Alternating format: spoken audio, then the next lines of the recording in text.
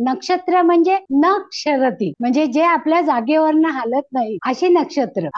दोन राशी एका नक्षत्रामध्ये बसवलेल्या आहेत, 9 चरण आहेत त्याचे, आणि त्या भागांप्रमाणे आपण नक्षत्र गोचरी ठरवलेली आहे. नक्षत्र गोचरी म्हणजे काय आहे की 27 नक्षत्रांची वेगवेगळी ग्रहांच्या अंडर येतात ते पहा. म्हणजे केतूच्या केतू या ग्रहामध्ये 3 नक्षत्र सामावलेली आहेत, शुक्राच्या 3 नक्षत्र सामावलेली आहेत. आणि ज्याप्रमाणे ग्रहांचं गोचर असतं, म्हणजे ग्रह जसे फिरतात आकाशामध्ये त्याचप्रमाणे ते आपल्याला फळ देतात. तसंच ही नक्षत्र सुद्धा, नक्षत्र आपण नक्षत्रांचा अभ्यास करतो म्हणजे कशा करता की जेव्हा मॅच मेकिंग करायचं असतं त्यावेळेस नाडी पाहतो, वर्ण पाहतो, वश्य पाहतो, आणि आराध्य वृक्ष, त्यांच्या देवता, आणि ते कोणत्या लोचनाचे आहेत, त्यांचं मुख कुठे आहे आणि त्यांची दृष्टी कुठे आहे, या नक्षत्रांच्या सगळ्या गोष्टी आपण डिटेल अभ्यास करत असतो.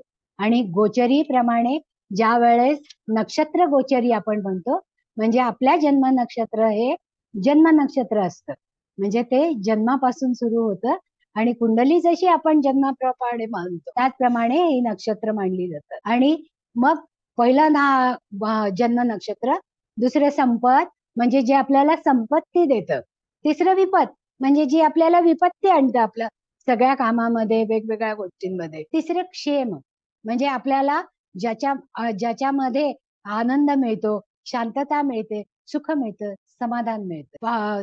पाचवं प्रत्यरी. प्रत्यरी म्हणजे प्रत्येक गोष्टीमध्ये, काही लोक म्हणतात पहा की मी काही करायला गेलं की मला खूप अडचणी येतात, म्हणजे प्रत्येक गोष्टीमध्ये जे काही अडचणी येतात त्याला प्रत्यरी नक्षत्र असं, किंवा प्रत्यरी पाचवं नक्षत्र जे असतं जन्मापासून ते प्रत्यरी नक्षत्र. साधक, जे आपल्याला सगळं साध्य करून देतं, साधना करायला होतं, ते साधक. पुढचं 7वं वध नक्षत्र, म्हणजे इथे काहीही काम करा तिथे आपल्याला अडचणी येतात आणि दुःख देणाऱ्या या गोष्टी असतात, म्हणून वध नक्षत्रावर आपण काहीही चांगल्या गोष्टी करायच्या नाहीत, किंवा एखादी नवीन गोष्ट करायची असली तर त्याला आपण सुरुवात करत नाही. त्याचप्रमाणे पुढचं मैत्र, म्हणजे 8वं जे आहे ते मैत्र, म्हणजे या सगळ्या नक्षत्रांची आपली मैत्री असते. आणि शेवटचं अधिमैत्र, म्हणजे ज्याच्यामध्ये जास्तीत जास्त मैत्री ही सामावलेली असते.